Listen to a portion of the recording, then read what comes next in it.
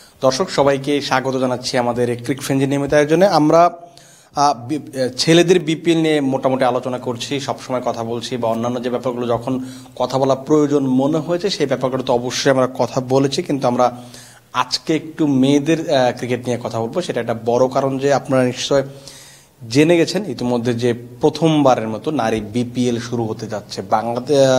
বাংলাদেশের বাইরে কিন্তু বেশ কয়েকটা জায়গাতেই মেয়েদের ফ্র্যাঞ্চাইজি টুর্নামেন্ট আছে, যেটা আপনারা ভারতে দেখবেন WPPL এরকম একটা টুর্নামেন্ট দেখবেন, যেটাতে গতবার চ্যাম্পিয়ন হয়েছে রয়্যাল চ্যালেঞ্জার্স বেঙ্গালুরু। এবং আপনি যদি বাইরের দেশে আরও একটু তাকান, সেখানে CPL এ দেখবেন আপনি 3 দলের খুব সম্ভবত একটা নারীদের CPL টুর্নামেন্ট হয়। আপনি যদি বিগ ব্যাশে দেখেন, বিগ ব্যাশে তো একদম বিগ ব্যাশে ছেলেদের সাথে একটা মেয়েদের টুর্নামেন্টও চলতে থাকে। দ্য 100 যেটা হয় সেখানেও কিন্তু মেয়েদের একটা দ্য 100 চালু আছে। তার মানে হচ্ছে যে দেশগুলোতে ফ্র্যাঞ্চাইজি টুর্নামেন্ট আছে ছেলেদের, অনেকগুলো দেশই এখন ওই ছেলেদের পাশাপাশি মেয়েদেরও একটা ফ্র্যাঞ্চাইজি টুর্নামেন্ট আয়োজন করা হচ্ছে, যাতে করে ওই দেশের যে নারী ক্রিকেটটা আছে সেটা যেন একটু উপরের দিকে উঠে উন্নতি হয়, মেয়েরা যেন ওই লাইমলাইটটা পেয়ে থাকেন, এইরকম একটা ব্যাপারের জন্য। কিন্তু বাংলাদেশে এই জিনিসটা অনেকদিন ধরে আশা করা হচ্ছিল, কারণ বাংলাদেশে আপনি যদি খেয়াল করে দেখেন জাতীয় দলের বাইরে কিন্তু খুব বেশি টুর্নামেন্ট খেলার সুযোগ মেয়েরা পান না।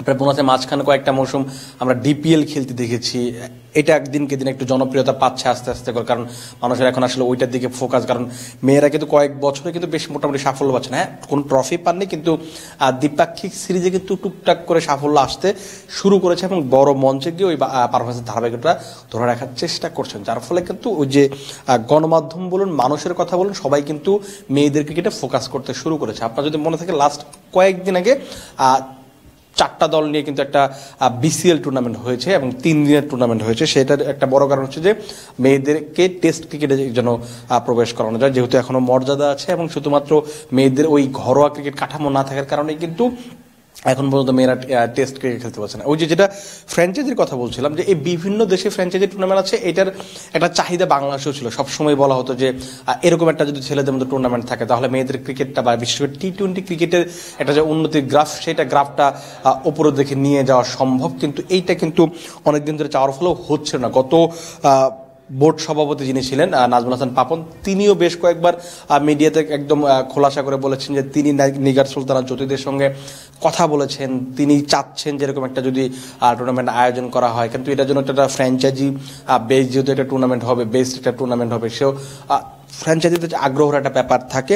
তখন থেকে আলোচনা চলছে 3টা বা 4টা দল নিয়ে হয়তো একটা টুর্নামেন্ট আয়োজন করা হবে। তারপর তো তিনি নিজে চলে গেলেন, পদত্যাগ করলেন, এবং নতুন যিনি BCBর সভাপতি হয়েছেন তিনি আসার পরে কিন্তু আপনার যদি মনে থাকে খুব সম্ভবত ডিসেম্বরের শুরুর দিকটার ঘটনা, ডিসেম্বরের শুরুর দিকে যখন BPL থিম সং এবং মাস্কট উন্মোচন করা হলো, আপনার যদি মনে থাকে মাস্কটের দিন কিন্তু জাহানারা আলম, সালমা খাতুন, নিগার সুলতানা জ্যোতি, বাংলাদেশের নারী ক্রিকেটাররা, অন্যান্য অ্যাথলেটরা তো ছিলেনই, সেই সঙ্গে বাংলাদেশের নারী ক্রিকেটারদেরও কিন্তু ওইখানে আমন্ত্রণ জানানো হয়েছিল। এবং সেখানেই জাহানারা আলম এবং নিগার সুলতানা জ্যোতি ফারুক আহমেদের কাছে আবদার করেছিলেন যে ছেলেদের মতো যদি এরকম একটা টুর্নামেন্ট আয়োজন করা যায় তাহলে কিন্তু মেয়েদের ক্রিকেটে যে একটা উন্নতি এখন হচ্ছে সেটা কিন্তু আরেকটু উপরের দিকে যাবে বলে তাদের বিশ্বাস। এবং তাদের যে আগ্রহ বা তাদের যে আবদার, সেই আবদার করার প্রায় মাসখানেক পর বা 1.5 মাস আপনি বলতে পারেন, এরকম একটা সময় পর BCB শেষ পর্যন্ত সিদ্ধান্ত নিয়েছে যে তারা নারী BPL আয়োজন করবে, যেটাকে আমরা উইমেন্স BPL বলতে পারি,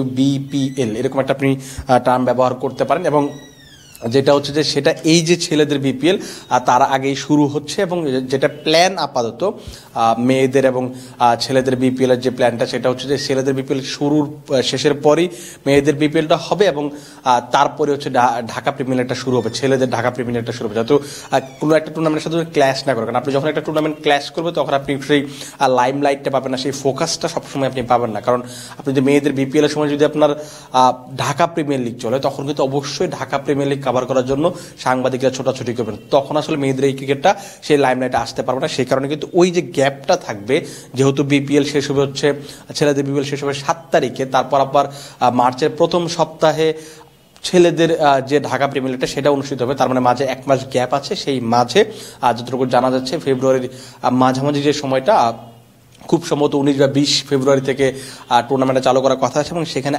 8 থেকে 9 দিনের একটা উইন্ডো রাখা হচ্ছে। কারণ যেহেতু এখন মাত্র 3টা দল নিয়ে আয়োজন করা হবে, অনেকদিন ধরে আলোচনা চললো তিনটা হবে নাকি 4টা হবে, সেটা নিয়ে কিন্তু অনেকদিন ধরে আলোচনা চললেও শেষ পর্যন্ত বিসিবি তাদের যে সভাটা হয়েছে, মিটিংটা হয়েছে, সেখানে তারা নিশ্চিত করেছে যে 3টা দল নিয়ে শুধুমাত্র বিপিএলটা প্রথমবারের মতো যেটা হবে সেটা আয়োজিত হবে। কিন্তু তার পরবর্তীতে কি হবে সেটা হচ্ছে ক্রিকেটারদের অভিজ্ঞতা, সামর্থ্য, সক্ষমতা কিংবা হচ্ছে ফ্র্যাঞ্চাইজির চাহিদার উপর নির্ভর করে ব্যাপারটা সিদ্ধান্ত নেওয়া হবে। আপাতত 3টা দল নিয়ে আগামী 20 বা 19 ফেব্রুয়ারির দিকে শুরু হচ্ছে 8 থেকে 9 দিনের একটা উইন্ডো। তার সঙ্গে এখন বড় প্রশ্ন হচ্ছে এই সময়ই ভারতের যে মেয়েদের WBPL আছে সেই বিপিএলটা চলবে এবং একই সময় যদি দুটা টুর্নামেন্ট হবে, বিপিএল না ঠিক মেয়েদের ফ্র্যাঞ্চাইজি টুর্নামেন্ট, সেখানে একটা আপনি ভালো মানের বিদেশির একটা সংকটের কথা আপনি ভাবতেই পারেন। কিন্তু বিসিবির পক্ষ থেকে যে জিনিসটা জানানো হয়েছে যে যেহেতু প্রথমবার এবং সবারই যেহেতু সব ফ্র্যাঞ্চাইজিতে যেহেতু আর্থিক একটা সমস্যা আছে, সেই কারণেই কিন্তু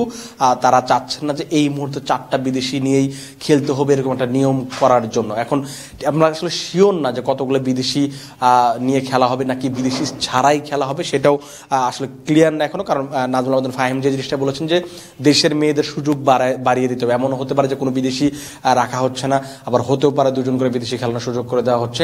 যদি 2-1জন বিদেশি খেলার সুযোগ করে দেওয়া, বিশেষ অন্ততপক্ষে 2জন বিদেশি খেলার সুযোগ করে দেওয়া হয়, তাহলে কিন্তু এই টুর্নামেন্টের মানটা বাড়বে এবং মানুষের একটা চাহিদা থাকবে। কারণ আপনি যখন বিদেশি ক্রিকেটে আসবে তখন ওই ব্যাপারটা অন্যরকম দেখায়। এবং বিসিবি ইতোমধ্যে বেশ কয়েকটা ফ্র্যাঞ্চাইজির সঙ্গে কথা বলেছে, মানে বেশ কয়েকটা প্রতিষ্ঠানের সঙ্গে কথা বলেছে যারা কিনা এই নারী বিপিএল বা উইমেন্স বিপিএল এ দল নিতে আগ্রহ প্রকাশ করেছে। তার মানে হচ্ছে আমরা দেখতেই পাচ্ছি বা আমরা ধরে নিচ্ছি যে এই যে ছেলেদের যে বিপিএলটা হবে সেটার পরেই নারীদের বিপিএলটা শুরু হবে। কিন্তু যেটা হচ্ছে যে একই সময়ে যেহেতু ভারতের যে প্রিমিয়ার লিগটা হবে সেই প্রিমিয়ার লিগ আর বাংলাদেশের প্রিমিয়ার লিগ হবে, সেটা একটা ক্ল্যাশ করবে। আপাতত শুরু করা যাক, সেই ক্ল্যাশগুলো আসলে পরবর্তীতে দেখা যাবে। কারণ পরবর্তীতে যখন এটা জনপ্রিয়তা বেড়ে যাবে কিংবা ধরুন আপনার এই টুর্নামেন্টের মান বেড়ে যাবে, মানুষের চাহিদা বাড়বে, তখন হয়তো আপনি সেটাকে একটা নির্দিষ্ট একটা উইন্ডোতে নিয়ে যেতে পারবেন যেখানে আপনি ভালো ক্রিকেটার নিয়ে আসতে পারবেন। আপনি যখন বিদেশি ক্রিকেটারের চাহিদা যে ব্যাপারটা থাকে সেটা পূরণ করতে পারবেন। কারণ আপনি যদি বিদেশি বড় ক্রিকেটার নিয়ে আসতে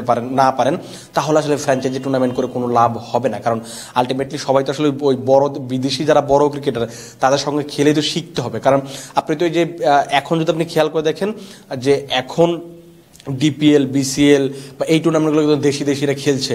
সো শুধু দেশিরা খেললে আপনি হয়তো ওই স্কিলটাকে আপনার অত বেশি ডেভেলপ করতে পারবেন না। যদি 1-2জন প্রত্যেকটা দলে যদি 4জন করে বিদেশি রাখা যায় তাহলে কিন্তু আপনার তার সাথে ড্রেসিং রুম শেয়ার করতে, যদি বড় ক্রিকেটার নিয়ে আসতে পারেন তাহলে ড্রেসিং রুম শেয়ার করার একটা ব্যাপার থাকবে, একটা অভিজ্ঞতার একটা ব্যাপার থাকবে, সব কিছুর ব্যাপার থাকবে। সেটা হয়তো নিশ্চিতভাবে উন্নতি ঘটাবে। এটা আপাতত আমরা বিশ্বাস করি যে এই টুর্নামেন্টটা একটা বড় পর্যায়ে যাবে এবং বাংলাদেশের নারী ক্রিকেটে যেটা উন্নতি চলছে সেটা আরো বেশি হবে এবং গ্রাফটা আরো উপরের দিকে যাবে। সেই বিশ্বাস তো অবশ্যই আমাদের করতে হবে। কারণ আপনি যদি সেটা করতে না পারেন তাহলে দেশের যে নারী ক্রিকেটটা আছে সেটাকে আপনি কখনো এগিয়ে নিতে পারবেন না। এবং সেটার জন্য অবশ্যই বিসিবির যেমন সচেতন থাকতে হবে, বিসিবির যেমন সেখানে প্রায়োরিটি দিতে হবে, সেই সঙ্গে দেশের মানুষ কিংবা গণমাধ্যম সেটার একটা প্রায়োরিটির ব্যাপার আছে। নিশ্চিতভাবেই আমি নিশ্চিত যে তারাও যখন এই টুর্নামেন্টটা শুরু হবে সেই ফুল কাভারেজটা অবশ্যই পাবে এবং অবশ্যই এটা তো হয়তো কোনো টেলিভিশন বা কোথাও না কোথাও সরাসরি সম্প্রচার করবে, তখন এইটা হয়তো আরো বেশি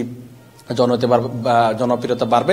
দেখা যাক আপাতত কি হয় পরবর্তী যতক্ষণ না আমরা আসলে নারী বিপিএল নিয়ে বা উইমেন্স বিপিএল নিয়ে কোনো আপডেট পাচ্ছি, তো সে পর্যন্ত আপনারা ভালো থাকুন, সুস্থ থাকুন এবং ক্রিক ফ্রেঞ্জির সঙ্গে থাকুন।